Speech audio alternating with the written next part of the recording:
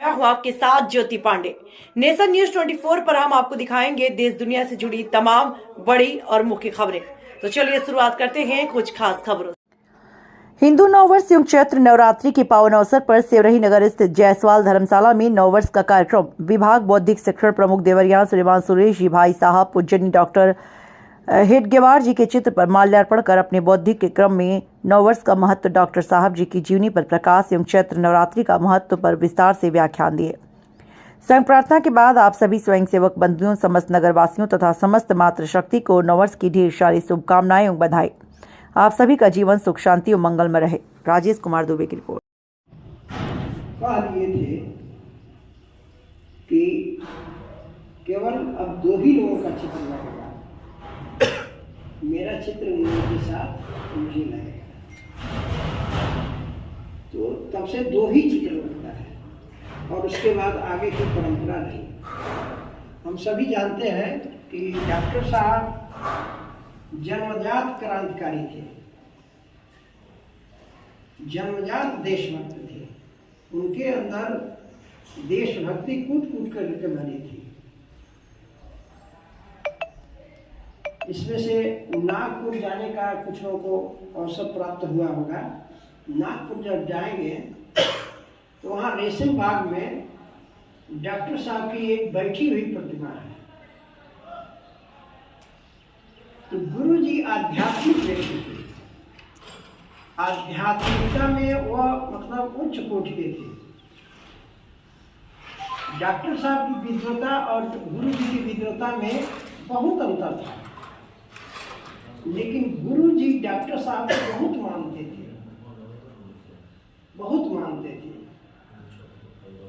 गुरु जी ने कहा कि डॉक्टर साहब के बगल में या डॉक्टर साहब जैसे मेरी प्रतिमा न लगे।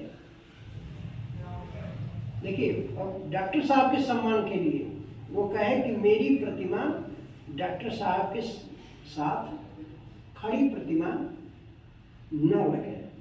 तो आप जब नागपुर जाएंगे तो वहाँ जो रेशम बाग में जो डॉक्टर हेडगेवार जी की मूर्ति लगी हुई है, तो डॉक्टर साहब ऊपर है, कुर्सी पर बैठे हुए, छड़ी लिए हुए। वो जो स्मृति बनी हुई है थोड़ा ऊंचा है और ऊंचाई पर डॉक्टर जी है। गुरु जी की मूर्ति वहाँ नहीं है, गुरु जी की प्रतिमा वहाँ नहीं है। गुरु जी की प्रतिमा नहीं है, केवल उनका इदम मम इदम राष्ट्राय स्वाहा जो यज्ञ कर रहे हैं उसका केवल यज्ञ स्वरूप ही जो है वहाँ रखा गया है। और उनका जो जहाँ उनको जब वो किया गया, जलाया गया, उसका एक प्रतीक है। तो इसमें जो लोगों से अपने यहाँ क्या है कि भाई हमारा भी चित्र लग जाए, जरा हम भी दिखने लगे चारों, इस प्रकार का भाव होता है। लेकिन बाला साहब देवरस जी ने मना किया कि ये चित्र नहीं लगना चाहिए। गुरु जी ने मना किया कि डॉक्टर साहब के बराबर मेरी प्रतिमा नहीं बननी चाहिए। ये अपने सत्संग चालक जी का ये पूरा भाव।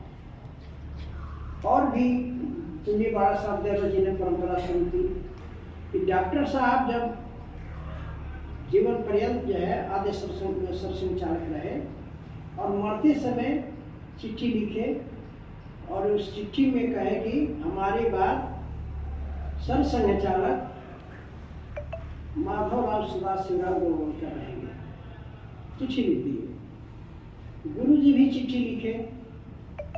5 जो जून को उनकी मृत्यु हुई तो वो चिट्ठी लिखे कि मेरे बाद बाला साहब देवरस जी तीसरे स्थान पर सरसंघ चालक रहेंगे, तीसरे सरसंघ चालक रहेंगे।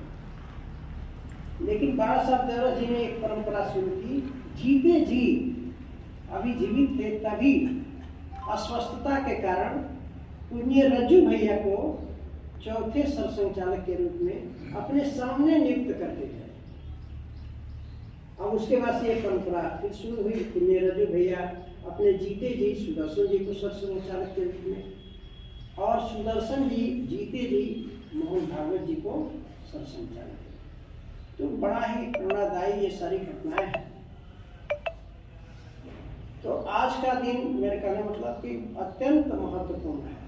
एक तो आद्य सरसंघ चालक प्रणाम आज दिया जाता है, आज समय से उपस्थित रहना चाहिए और गणवेश में रहना चाहिए। गणवेश जितना भी हो, नहीं हो तो साल भर में उसको तैयार करना चाहिए। स्वयंसेवक है तो गणवेश में रहना चाहिए।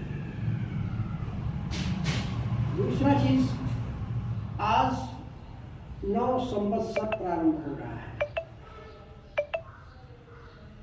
हमारे जो नई पीढ़ी है, उस पीढ़ी के जो जवान हैं, नवयुवक हैं, जो स्वयंसेवक हैं, वह नववर्ष आज है ऐसा उससे अनभिज्ञ है।